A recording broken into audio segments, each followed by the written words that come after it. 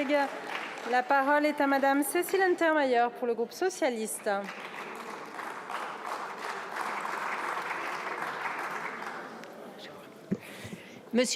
Madame la Présidente, Monsieur le Ministre, Messieurs les rapporteurs, chers collègues, nous achevons ce jour 2 semaines de débat. Le long examen du rapport annexé traduit le besoin de revoir le couperet des articles 40 et 45, l'âme de dissuasion du débat parlementaire, et l'intérêt que nous devons porter à une annexe sans portée normative.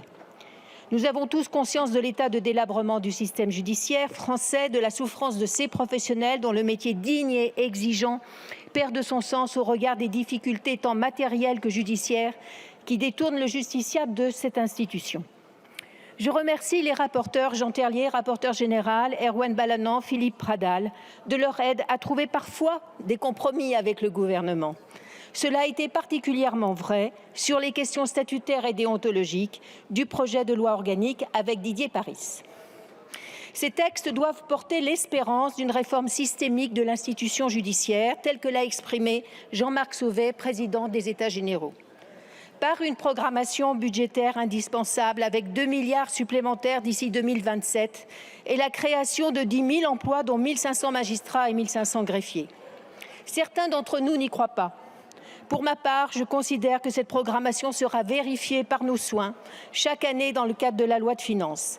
D'ailleurs, à cette fin, nous avons obtenu par voie d'amendement qu'au 30 avril de chaque année, un rapport soit remis au Parlement sur les créations d'emplois et la consommation des crédits. Nous y vérifierons aussi l'efficacité de la nouvelle politique numérique, deuxième point sombre du système judiciaire français. Par des modalités de travail profondément modifiées, nous devons là aussi engager une réforme systémique. Elles devront désormais s'appuyer, ces équipes, sur une véritable équipe autour du magistrat, associant au premier chef les attachés de justice et nous le demandons avec insistance, les greffiers. L'ouverture de la magistrature à d'autres professionnels, des connaisseurs du droit, devrait permettre, nous l'espérons, l'augmentation attendue du nombre de magistrats et l'apport de leur propre culture dans cette profession. Le projet de loi organique dispose de mesures fortes en ce sens.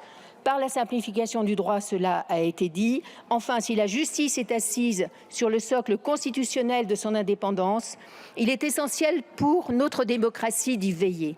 Gardons en mémoire l'exemple de la Pologne et de la Hongrie.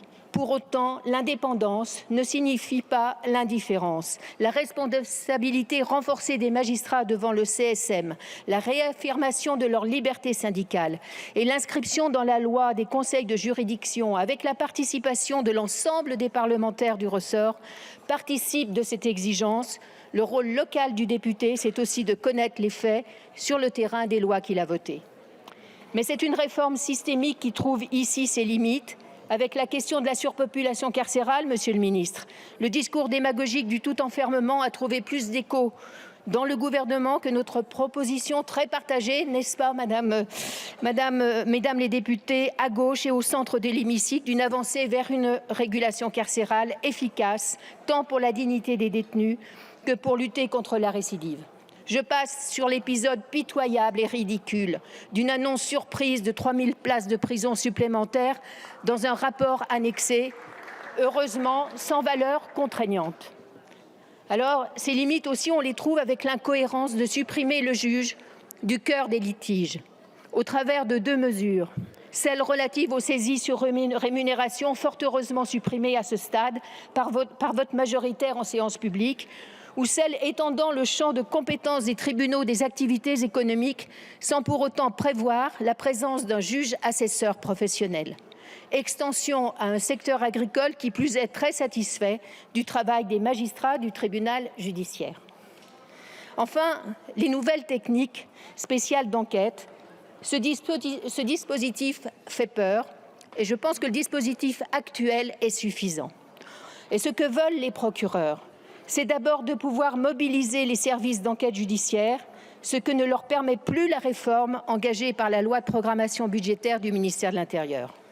Enfin, nous regrettons l'absence d'approche globale sur la médiation et la justice restaurative. Le texte ne parle pas non plus des juridictions sociales et des prud'hommes, et pourtant, les délais de plus de 5 ans, voire 10 ans en appellent de notre part une action. En conclusion, nous partageons tous le souci de répondre à l'attente des personnels de juridiction comme des justiciables. Je reconnais l'effort financier. Nous avons un engagement de par la loi de programmation. Et parce que la réforme systémique nous semble aller dans le bon sens, nous serons donc une petite majorité de députés de notre groupe à nous abstenir. D'autres, au regard des dispositions de l'article 3 qu'ils redoutent liberticides et des réserves évoquées plus haut, voteront contre le texte de loi ordinaire. Merci. En revanche, l'ensemble du groupe votera pour le texte organique. Je vous remercie. Je vous remercie. La parole